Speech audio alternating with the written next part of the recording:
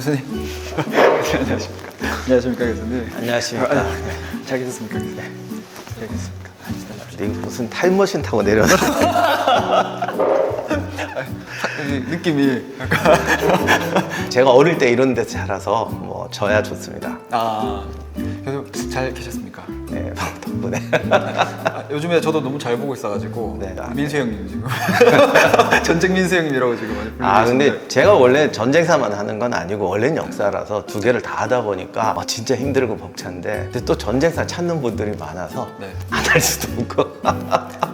그리고 교수님 오늘 또 저희가 만난 또 이유가 있지 않습니까? 또 어떤 이야기를 좀 들려주실지. 네, 오늘은 이제 올해가 정전 70주년이라서 한국전쟁 이야기를 좀 해볼까 해요. 네. 그리고 사실 한국전쟁에 대해서는 진짜 할 말이 많습니다. 왜 한국전쟁 안 하십니까? 요청하는 분이 몇 년째 있는데 할 말이 없어서 안 하는 게 아니라 할 말이 너무 많아서 안 하고 있습니다. 오히려 너무 많아가지고 너무 길어질 것 같아가지고. 네, 그것도 그렇고 좀 아쉬운 게 너무 많죠. 이건 사실 20년 전에 했어야 되는데 네. 그럼 이분들을 좀 주문을 체록해야 되는데 그리고 전투별로 뭐 부대별로 좀 체록을 해야 되는데 제가 개인이 하려니 뭐 얼마나 많은 사람을 만나야 되고 그래서 도저히 할 수가 없어서 안타까워 하다가 세월이 지나서 이제 살아계신 분들이 진짜 몇 분 안 계시잖아요. 맞습니다. 근데 이제 와서 이런 걸 하려니까 가슴이 아파서 그냥 하재니 이 자료만 갖고 하기는 싫고 더 하재니 못한 게 너무 많고 그래서 제가 한국전쟁을 못하고 있었어요. 근데 이제 어차피 이제는 안 할 수도 없겠다 싶어서 가슴 아픈 걸 무릅쓰고 이제 시작을 해야겠다라고 생각하고 있습니다. 너무 감사하네요. 아닙니다. 이름은 박형수. 현재 다부동 전투 구국용사의 회장이고 48년도 육군사관학교를 졸업하고 소위로 인간해가지고 1사단 13년대 3대대 10중대장으로서 38선의 경비대장을 했다고. 그리고 최초로 6.25 발발을 상부의 보관 중대장으로 기록돼 있어. 저는 1948년도 7월 달에 일반 병사로 입대했어요. 1사단 13년대 3대대 10중대로 이제 배석을 받아가지고 분대장으로 근무를 했죠. 1950년 6월 25일 날 북괴의 남침으로 전쟁이 시작됐는데 그때 아주 굉장히 힘든 근무를 했습니다.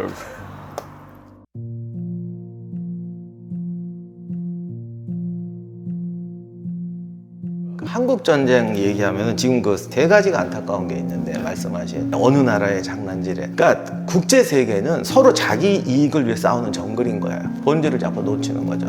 이걸 좀 회피라고 봐요. 그 다음 두 번째는 편향적 시각을 가진다는 거죠. 어떤 너무 이념적인 틀을 가서 마녀사냥을 하는 거죠. 그 다음에 또 하나가 역사의 교훈은 그 시대의 삶에 대한 공감 속에서 나오는데 역사를 향해서 감나라 배나라는 교훈이 있는 게 너무 안타까운 거죠. 더욱이 전쟁사라는 거는 현장의 이야기, 그들이 살았던 사람의 모습, 고통을 체험하고 공감하면 다음에 해석을 해야지. 8월 고지에 주먹밥 하나 먹고 싸우다가 후퇴해서 내려왔다. 거기에 대해서 야, 너 왜 후퇴해? 겁쟁이지, 비겁하지 이렇게 말하면 이게 진짜 말이 안 되는 얘기야. 말이 안 되죠. 근데 제가 전쟁 경험은 해보지 않았지만 한여름에 산에서 훈련하면 죽거든요. 그러니까 진짜 너무 힘들거든요. 이거는 진짜 힘든다는 수준이 아니고 죽내산의 죽거든요. 수준이야. 그런 거를 이해하지 못하고 우리가 아우 겁쟁이들 훈련이 안 돼서 그래 이렇게 말하면 이건 말도 안 되는 얘기야. 맞습니다.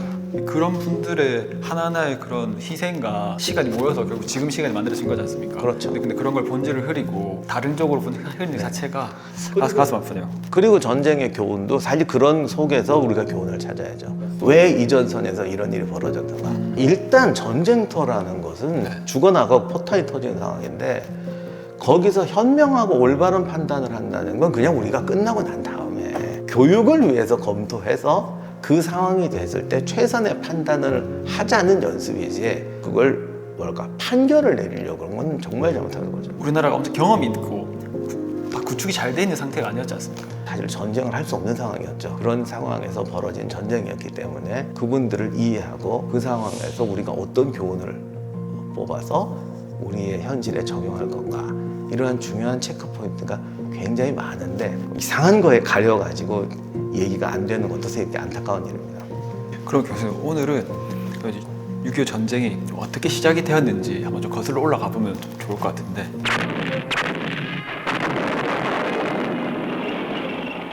1950년 6월 25일 일요일 새벽 북계 공산군은 소련제 탱크를 앞세우고 38선 전역에서 기습 남침해 왔습니다. 6월 25일 날 새벽 4시경에 그 38선 고랑포에서 우리 부대가 근무를 했는데 복조 근무를 하고 있는데 예광탄 신호탄이 올라가더라고요. 그리고 이제 인민군 보병 부대가 이제 남침을 시작한 거예요. 근무하던 보초병하고 같이 야 이거 지금 저기 내려온다. 소대에다가 보고하고 새벽 4시니까 아직 잠자고들 있지. 소대로 막 뛰어가가지고 소대장한테 이제 보고하러 가고. 네, 뭐 오늘 많은 얘기는 하지 못하겠지만 한국 전쟁에서 가장 가슴 아픈 부분 그리고 가장 많이 분노하는 부분에 대해서 진실을 한번 살펴보는 걸 하겠습니다. 너무 분노할 것 같은데 제가 일단 좀 마음을 좀 다독여보고. 아니 사실 분노가 나도 분노할 게 있어요. 분노할 게 있는데 문제는 어느 것에 대해서 분노하냐는 거예요. 그게 정확한 분노냐는 거죠. 왜 이런 잘못된 판단 속에 수많은 장병들을 몰아넣었느냐. 우리가 이 부분에 대해서 분노를 해야죠. 사실. 한국 전쟁이 벌어질 때 우리나라의 GDP가 $100가 안 됐을 거예요. 네. 그런 상태는 사실 북한도 마찬가지잖아요. 네. 그래서 한국 전쟁이 발발할 때 남북한 군사력 비교를 많이 하는데 병력이 10,000명이냐 15,000이냐보다 더 무서운 게 이쪽이 야포, 기관총, 박격포, 부대 편제 이런 게 제대로 갖춰진 부대냐 네. 그냥 그런 거 없이 숫자로 채우는 부대냐는 전투력을 절대 병사수로 비교할 수가 없어요. 맞습니다. 그런데 그런 부분에서 북한군은 우리보다 훨씬 압도적이었죠. 또 야포도 숫자만 2배가 아니라 사정거리도 2배였고 위력도 2배였어요. 그 다음에 그쪽은 중일전쟁을 경험했던 부대들이 거의 북한으로 흡수가 되어서 거의 5만 명 가까이 흡수가 됐죠. 전투를 경험해본 기관병이 사이사이 섞여 있는 부대의 전투력은 그냥 하늘과 땅 차이죠. 예, 정말 초전에서는 10대 1 이상의 차이가 나거든요. 맞습니다. 그런 병사들이 곳곳에 배치돼 있었고 전차도 전차지만 사실은 훈련. 전차만 있으면 뭐합니까? 전차를 이용해서 돌파하는 훈련. 이런 공격 훈련이 체계적으로 잘 돼 있었고 반면에 한국군은 뭐 무기 열세, 병력 열세를 떠나서 제대로 완편된 사단도 제대로 없었고 그러니까 이게 훈련 안 된 군대는 그냥 그렇죠. 전투를 할 수 없는. 그러다 보니 전투력의 차이는 어마어마하게 차이가 났는데 중요한 거는 북한군이 가진 전력도 북한의 경제 상황이나 국력에 비해서는 도저히 가질 수 없는 군대예요. 절대 그 정도의 군대를 가질 수가 없고 그 정도를 훈련할 수가 없습니다. 근데 소련이 전적적으로 지원해주고 와서 훈련시켜주고 장비 좋기 때문에 가능했고 여기 또 완전히 전투력을 갖춘 부대가 됐죠. 한국인들이 뭐 전 세계 어딜 가도 배우는 것도 빠르고 조직력도 탁월한 사람들인데 북한에 그저께 장비 들어가고 훈련시키면 순식간에 올라가는 거죠. 처음에 소련 고문관들도 그러니까 너희들은 아직 준비가 안 됐어. 더 해야 돼. 잠깐만 이렇게 길게 해도 되나? 그래서 나중에 소련 고문관들이 습득 속도가 굉장히 빠르네. 2차 대전 때 우리도 이렇게 못했다. 이렇게 말할 정도로 훈련 수준을 높여놨습니다. 이게 북한의 국력 이상이라고요. 이런 군대가 만들려고. 남한은 나만의 국력으로 군대를 간신히 운영하고 있었죠. 미군이 좀 도와줬다고 그러지만 장비도 안 줬고. 그러니까 대한민국 군대는 당시 그 국력 수준의 정상, 그러니까 몇십 배 차이가 나는 그런 군대로 전투를 하게 됩니다. 와, 근데 그런 차이가 있는데도 어떻게 이렇게 됐을까요? 당시 북한군은 3일 내에 서울을 함락시키는 게 목표였어요. 네. 북한도 다만 장기전은 할 수가 없었죠. 한국 땅이 생각보다 넓어요. 네.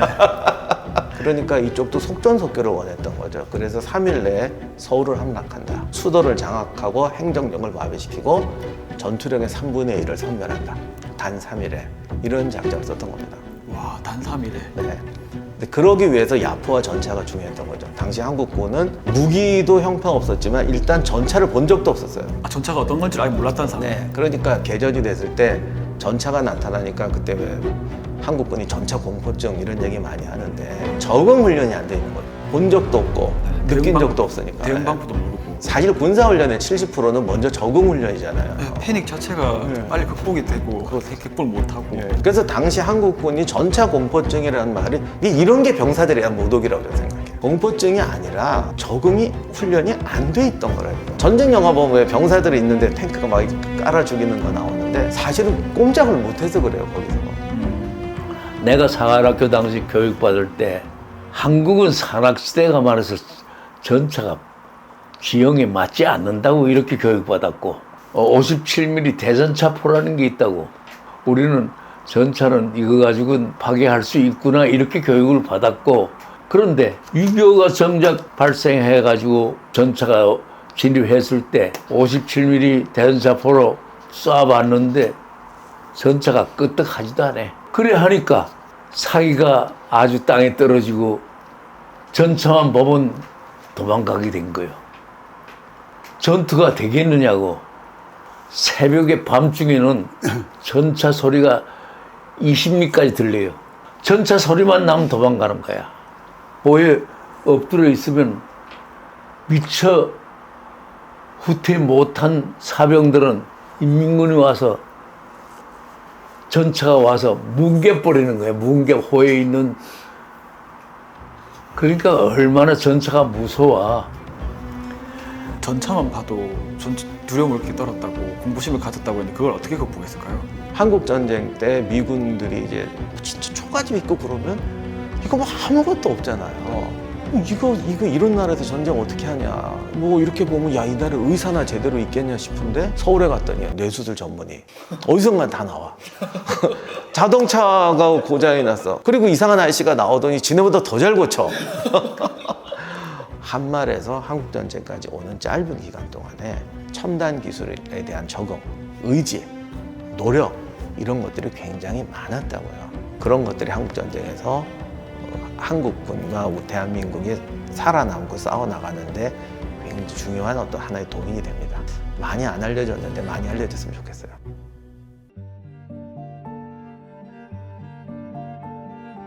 이제 여기서부터 좀 심각한 문제인데 더 본질적인 부분을 갖고 얘기하자면 당시 우리나라 전술적 실수를 굉장히 많이 합니다. 전술적 실수. 네. 일단 전쟁에 대한 대비가 안 돼 있어요. 개전 3일 직전의 상황을 말씀드리면 연대 배치 자체가 잘못돼 있어요. 배치. 네. 전선에서 여기랑 서울까지 3일 거리밖에 안 되잖아요. 네. 진짜. 그러면 1선, 2선 방어 개념이 있어야 되는데 그것도 없었어요. 그 1선에다 명령 모아놓고 지켜라. 뚫리면 끝나잖아요. 근데 그렇게들 하더라고요. 제가 책에서 늘 하는 말이지만 이 전쟁사에서 사람을 가장 많이 죽이는 전술이 한 채 땅도 양보할 수 없다. 깡으로 어떻게든. 지켜라. 이게 실제로 2차 대전 때 소련도 그랬고 수많은 나라가 이렇게 합니다. 그러니까 당시 우리나라 수준에서 이걸 비난할 건 아닌데 상부에서 사수하라고 2번 당해봤는데 다 헛소리야. 임진 나루터까지 이제 후퇴를 시작하는 거예요. 종일 걸려서 가니까 아이고 잘 왔다고 그러더라고. 사수하라는 사람이 연대장이 우리를 보고 잘 왔다고 그러더라고. 그러니까 그 사수하라는 거는 이건 참 엉터리 수작이야. 현지에서 적당히 판단해서 지휘관 판단하에서 해야지 상부에서 사수하란다고 계란 박식으로 기중한 부하를 다 이룰 필요가 없다고. 백선엽 장군 같은 경우가 이분이 1사단 부임했을 때 보니까 2선 방어도 없다는 거 아니에요. 봉일천이나 이런 데 2선 방어 해야 되지 않냐. 근데 그러려고 보니까 세상에 무슨 놈의 연대가 하나는 개성에 있고 하나는 파주에 있고 하나는 수색에 있어요. 이거 말도 안 되는 거지. 무슨 그냥 행정 편의에 따라 이렇게 해놓은 거예요. 그럼 수색에 있는 부대가 언제 올라가라는 거야. 그런데 이제 첩보는 당시 북한군 이상하다는 첩보는 계속 들어오니까 그러면 그때라고도 빨리 이런 어떤 작전 계획을 짜야 되는데 극도의 선진국 아닌 군대는 패전을 가정한 작전 계획을 안 짠다고요. 그러다 보니까 일선 방어만 집중하게 되고 2달, 석 달 동안 외출 외박 금지. 그 당시에. 예. 와. 이건 군인들 죽으라는 얘기거든. 그렇죠. 예, 그런데 문제는 이 상황에서 갑자기 경보가 해제되면서 경보 해제된 이유가 따로 있습니까?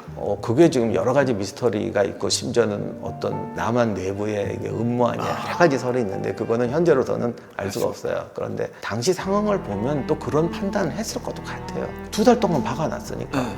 그리고 2달 동안 또 박아야 되니까. 그러니까 싸움을 대비하는 데 있어서 내가 준비해야 될 게 10가지가 있다면 수준이 떨어지는 군대는 한두 가지에 집착하는 거죠. 어떻게든 병력으로 일선에 막아놔야 된다. 야, 그러면 집단으로 훅 쉬었다가 빨리 집어넣자. 이게 지금 생각하면 말도 안 되는 얘기지만 한 명이라도 아쉬우니까 그 당시 이제 그런 식으로 했을 가능성도 있습니다. 아무튼 그래서 3분의 1을 병력을 빼버립니다. 휴가를 동시에 보내버리죠. 연대 1계대든 전부 휴가를 보냈어. 당시에. 우리 13년대 1대대는 전부 휴가 가고 2대대는 전방 훈련을 한다고 부대를 떠나서 야영 훈련을 했고 3대대는 거기에서도 2개 중대만 전방을 지켰다는 얘기야. 왜 이렇게 했느냐 이게 배치를. 한국전쟁 개전 첫날 6사단을 제외하고는 전방 모든 사단이 전투불능이었어요. 군대가 3분의 1을 뺐으면 전투력이 3분의 1이 빠지는 거야? 제로가 되는 거야? 제로가 되는 거예요. 할 수가 없는 상태죠. 하죠. 네. 그런데 이선 방어 개념도 없고 여기 이제 더 끔찍한 게 6개월, 2개월 사이에 전군 전방 지휘관이 다 교체가 돼요. 전쟁 나기 전에. 네. 일선 부대 지휘관을 한 번에 교체하는 경우가 어딨어. 한 명씩 해야지. 그리고 백장군이 그런 말을 했는데 뭐 당시 기준이겠죠. 야전 지휘관이 와서 부대를 이제 전투를 할 수 있는 부대로 숙지하려면 최소한 6개월이 걸린다. 그것도 유능한 사람이 6개월 하는 그렇죠. 거 아니에요. 그런데 이걸 일시에 다 교체를 해버렸죠. 지휘관이 다 바뀌고 3분의 1 병력은 휴가가 가 있고. 그렇죠. 어떻게 좀 전쟁 그러니까 어떻게 그냥 와, 지금 상상이 안 가네요. 3분의 1 병력이 휴가 나왔다는 게. 그러니까 이게 저도 상상이 안 가요. 근데 모든 게 잘 맞물려서 어떻게 보면 북한은 그걸 잘 이용한 거네요. 그렇죠. 그러니까 이게 너무 이게 기가 막히게 맞아가지고 이게 무슨 음모가 아니냐 이런 설도 있긴 있어요. 들어보면 그렇게 생각이 들 수밖에 없겠네요. 근데 역사를 보면은 항상 비합리적인 일이 너무 많으니까 음모다라고 말할 수는 없는데 많은 사람들이 의심을 할 정도로 좀 그런 기가 막힌 상황이 벌어지고 이런 상황에서 6월 25일 아침에 이제 공격이 시작됩니다.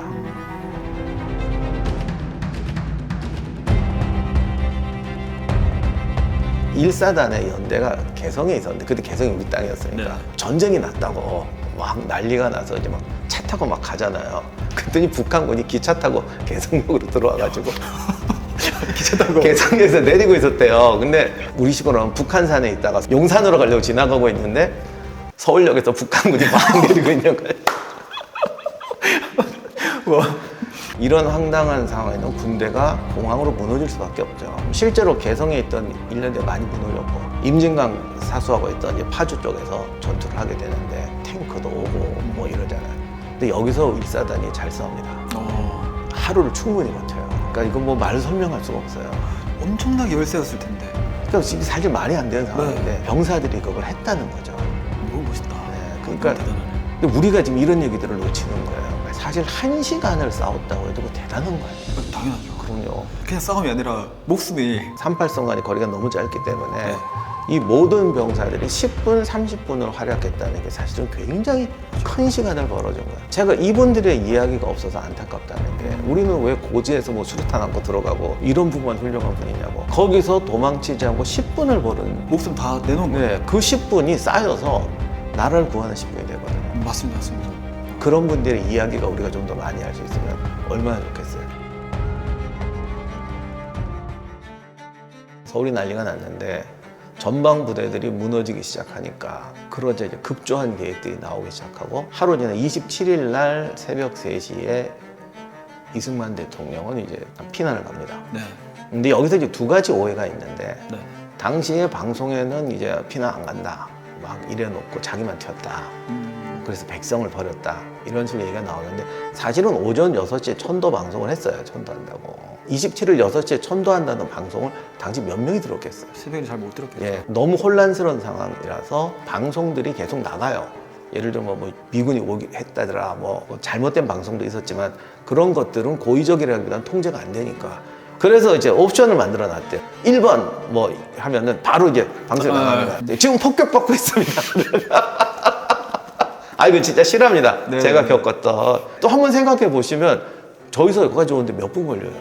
맞습니다. 지금 상황이 뭐냐, 몇 대냐, 폭격이냐, 귀순이냐. 이거 알아보고 했을 땐 벌써 다 지나갔을 거예요. 맞습니다. 그렇게 되니까 이런 사태가 벌어지는 거예요. 그러니까 이런 혼란이라는 부분을 자꾸 생각을 안 하고 이승만 대통령이 도망가려고 일부러 거짓말을 했다거나 이런 식의 루머가 생기게 되는데 한강 다리는 폭파했다. 이건 뭐 근데 전쟁에서 다리 폭파하는 거는 뭐 시나리오. 그건 기본이죠. 네. 인도교 폭파되고 거기 있던 그 피난민들, 시민들도 그냥 죽었다. 근데 이거는 지금은 다 밝혔지만 그건 루머고 당시 인도교는 차단돼 있었어요. 오히려 이게 더 분노였어요. 시민들은 건너가고 싶은데 오늘 차단이 돼 있으니까. 네, 차단이 돼 있으니까. 그러니까 그게 잘했냐 못했냐를 떠나서 당시 이런 겨우 3일, 이틀 사이의 혼란 때문에 이런 것들이 제대로 작동이 안 된다는 것. 사실 탱크 몇 대 온 거에 불과했는데 6개 중에 5개가 폭파가 되죠. 그리고 북한군이 3일이라는 시나리오를 가지고 정말 전격적으로 파고드니까 이쪽이 너무나 당황해버렸다는 거예요. 이런 상태에서 벌어진 일이고 이승만 대통령이 피난 갔다 뭐 이걸 가지고 또 뭐 백성을 버렸다 이렇게 얘기를 하는데 역사를 보면 뭐 김일성은 평양에서 같이 죽었어? 자기도 차 타고 이렇게 지도자들 그리고 위에 사람들 다 피난한다고요. 후퇴를 하잖아요. 그 사람이 끝까지 어떻게 싸웠냐가 중요한 거지. 맞습니다. 그 자리에서 죽으면 더 혼란이 초래가 되잖아요. 자기 책임을 안 하는 거니까. 그러니까 지도자는 포기하는 시점이 언제냐. 그날 피난했다는 거를 비난할 건 아닌 것 같고 그 부분 우리가 분명히 얘기하죠. 국가가 준비가 안 되어 있고 군대가 제 기능을 못해서 빨리 허물어질 때 이런 비극이 발생한다라고 그것이 진정한 교훈이죠. 북한 공산군의 기습남침 앞에서 우리 정부와 국군은 속수무책일 수밖에 없었다. 막강한 전투력을 앞세운 공산군은 남침 3일 만에 수도 서울을 점령했다. 그러면 그렇게까지 밀렸는데 저희가 반격을 하게 된 시점이 어느 시점입니까? 서울을 3일 만에 점령하는 목표는 달성했는데 대한민국 행정력을 마비시킨다는 건 실패하게 돼요. 그거 좋아. 그거 실패도 좋아. 국군의 전투력이 섬멸되면 싸울 수 없어. 이렇게 섬멸시키려고 했는데 보통 다리가 끊어지고 철수를 못하게 되고 그러면 군대가 붕괴돼야 되거든요. 근데 정말로 놀랍게도 절반 이상의 병력이 숨거나 어떻게 강을 건너서 남쪽으로 내려 합류를 합니다. 다 개인적으로 넘어왔다고. 그렇죠. 네. 그래서 이 기관병들이 의지를 가지고 살아왔다는 것은 이 한국군 재건에 진짜 놀라운 힘이 됩니다. 한강이 밀물썰물 하잖아. 밀물 때 이제 배가 하나 오는데 보니까 빈 배가 오는 거예요, 하나가. 끌고 와 보니까 노가 없어요. 살아야 되겠다는 일념으로 하니까 한강변에 철모들 있잖아. 철모를 하나씩 가지고 와가지고 셋이서 철모를 노로 삶아서 그걸 겉으로 노를 하면 안 되니까 물속으로 이래 하는 게 얼마나 힘들어. 그 셋이서 그 배를 가지고 한강을 건넜어요. 이제 도착 육지에 대해가지고 배를 이래 댔는데 이제 인천 방향으로 도망가려고 가는데 가보니까 그게 섬이야. 또 강이 있어. 그래서 다시 배 있는 데로 오니까 그때는 물이 또 썰물대가 돼가지고 물이 빠져가지고 육지에 이렇게 걸쳐 있는 거예요. 그걸 끌라니까 힘이 얼마나 들어. 안 되니까 맨손으로 배 밑을 파가지고 물이 들어야 물이 있으면 가벼울 거 아니야. 1시간을 파가지고 다시 배를 끌고 섬을 돌아가서 저쪽에 가서 또 그래 해가지고 건너서 갔다. 아무리 나중에 유엔군이 참전해서 중요한 전투를 했다 하더라도 그 나라의 군대가 있는 것과 없는 것은 정말 다르고요. 그죠. 이후에 전쟁이 낙동강까지 몰리고 굉장히 이제 몰려나가니까 우리가 여기서 마치 한국군은 없다라고 생각하시는데 이게 살아있어서 다시 부활하는 게 진짜 큰 거예요. 그렇게 성장하며 싸웠던 분들 임진강에서 서울까지 후퇴하던데도 5분, 10분을 벌어줬던 정말 수많은 소규모 그룹들이 있고 용사들이 있어요. 그런 분들의 역할과 공로가 정말 이렇게 모이면 우리가 한국전쟁을 보는 시각이 충분히 달라질 수가 있고 그게 진짜 군인과 용사들에 대한 존경과 예우가 나는 거 아닐까 싶습니다. 맞습니다. 그런 분들의 얘기를 복원이 불가능할 정도로 잊고 있는 게 너무나 안타까워요. 이제 인민군이 행주산성까지 다 왔어요. 우리 때는 완전히 포위당했단 말이야. 남쪽으로 어떻게 하든지 빠져나가라. 이 대부대가 이동할 수는 없다. 그래서 부대를 해산시키려 했어요. 거기서 총은 방아쇠 틀만 빼서 땅에 파묻고 박격포는 공인을 빼서 땅에 파묻고 버리고 사람은 죽으면 다시 살 수 없으니까 우리가 죽으면은 나라를 위해서 싸울 수가 없다. 그러니까 전부 다 살아서 대한민국 국군과 우리나라를 위해서 싸워야 된다. 거기서 이제 해산을 당했는데 이 부대원 700명들이 1년 반 동안 한솥밥 먹고 한 부대에서 해산하는 게 해산 안 해. 죽어도 다 같이 죽읍시다. 이렇게 되는 거예요. 말로만 뭐 그 사람들이 없으면 우리가 없다가 아니라 저런 희생과 용기 속에서 우리가 있는 것이다라는 걸 정말 감성으로 이해했으면 좋겠습니다. 그 선진국들은 그걸 잘하더라고. 군인을 존중해야 돼 이렇게 말로 하는 게 아니라 자기들이 그냥 스스로 존중해요. 왜? 아니까. 공감하고 아니까. 희생당한 분들에 대한 더 감성적인 부분은 많은데 정말 그들의 삶과 행동과 땀이 어떤 건지를 공감하는 게 부족한 것 같아요. 교수님이랑 이렇게 얘기를 하다 보니까 이렇게 제가 계속 생각을 하게 되더라고요. 개인적으로 다시 후퇴를 해야 되는 상황에서도 어떻게 또 처절하게 복귀를 해서 다시 구축을 했을까 이런 생각을 계속 하다 보니까 마음이 너무 안 좋아요. 그 얘기 해보니까 또 생각나는 게 하나 있는데 중공군이 이제 한국군 뭐 1기한대 하나를 끝냈다. 와 보고를 해요. 근데 나중에 보니까 다 뭉쳐. 다시. 그래서 나중에 그 중공군 교본에도 나와요. 한국군은 무너졌다고 해서 방심하지 마라. 아무리 해도 60~70%가 거기 뭉치니까. 근데 이건 미군도 놀랐다고 그러더라고요. 세상에 뭐 이런 군대가 다 있냐. 중꺾마가 그때부터 나온 거네요. 네. 꺾이지 않는 마음. 그것이 한국전쟁에서 대한민국을 지키는 데 큰 힘이 됐습니다. 저는 앞으로 보훈이 어떤 공적에 대한 어떤 감동 아니면 슬픔, 그게 아니라 공감의 영역이 확대돼야 된다고 생각해요. 저게 정말 전사의 마음가짐이다. 아니야, 군인의 마음가짐이다. 아니야, 나 같은 보통 사람도 저렇게 할 수 있구나. 그런 공감의 영역이 확대되는 게 진정한 보훈이고 국가를 위해서 일하는 분들에 대한 어떤 국민적 감사의 마음이 확대되고 자리 잡을 수 있는 가장 중요한 요소라고 생각돼요. 나라가 해줘야지, 나라가 해줘야지 이렇게 되는 거예요. 물론 나라가 해줘야 돼요. 그건 맞는 말이야. 하지만 남몰라 하면 그것도 나의 역할은 아니죠. 맞습니다. 국민들 한 분 한 분이 더 많은 생각을 가지고 바뀌어야 전체가 좀 바뀐다고 생각이 들더라고요. 나라가 또 다 바꿀 수는 없으니까. 그렇죠. 네, 공감의 영역 너무 공감이 됩니다. 저희 6.25 전쟁에 대한 초기에 대한 얘기만 좀 나눴는데도 이게 재밌으면 안 되는데 너무 재밌어요. 전쟁 얘기를 왜 웃으면서 하느냐는 분도 많은데 뭐 그렇다고 울면서 할 수도 없잖아요. 비분관계 하면은 오히려 의식이 굳어요. 네. 우리가 웃는다고 해서 그 슬픔과 비극을 웃고 넘어가자는 뜻은 아니죠. 오히려 맞습니다. 거기서 우리가 진정한 교훈을 얻고 미래를 만드는 에너지, 올바른 에너지를 만들자는 거니까 네. 정말 돌아가신 분의 영혼이 있다면 너희들이 여기서 교훈을 찾아서 가져가면서 미래를 만드는 것에 더 좋아하지. 그냥 앞에서 울고 막 그냥 통곡만 하는 사람을 더 고마워하겠느냐. 이게 너무 또 주옥 같은 말씀 많이 해주셔가지고 야, 앞으로 할 말이 없을 것 같습니다. 교수님 혹시 그럼 오늘 좀 더 해주고 싶은 얘기가 있으실까요? 나중에 진짜로 어디 다부동에 가든지 한번 해보자고요. 한국 전쟁이 벌써 사라지고 있는 전쟁이에요. 1분 1초가 정말 너무 아깝다. 1분 1초라도 아끼지 빨리 했으면 좋겠다는 생각합니다. 그래서 저희 채널에서도 조금 더 1분 1초를 아끼기 위해서 대단히 노력을 좀 많이 하고 본부에서도 많은 부탁드리겠습니다. 알겠습니다. 그래서 오늘 또 나와주셔가지고 대단히 감사드립니다. 네.